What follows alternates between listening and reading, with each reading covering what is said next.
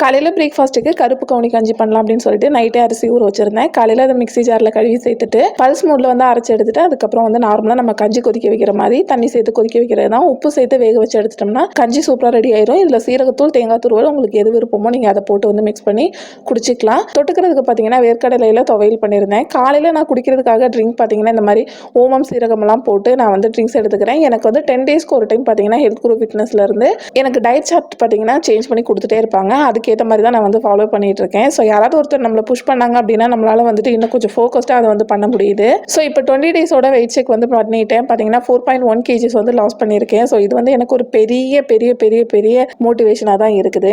எனக்கு பார்த்தீங்கன்னா ஹிப் சைடில் வந்துட்டு நல்லாவே வந்து சேஞ்சஸ் தெரியுது. நான் இது போக அவங்ககிட்ட வந்து நான் டெய்லி ஒர்க் அவுட்மே அட்டன் பண்ணிட்டு இருந்தேன். ஸோ ஒவ்வொருத்தருக்கும் வந்துட்டு டிஃப்ரெண்டான டயட் சார்ட்ஸ் வந்து கொடுக்குறாங்க. நீங்களும் உங்களோட ஃபிட்டான சைஸ்க்கு வர்றதுக்கு ஸ்க்ரீனில் ஃபர்ஸ்ட் கமெண்ட்ல என்ன பார்த்தீங்கன்னா உங்களோட டீட்டெயில்ஸ் கொடுத்துருக்கேன். கண்டிப்பாக செக் பண்ணிக்கோங்க.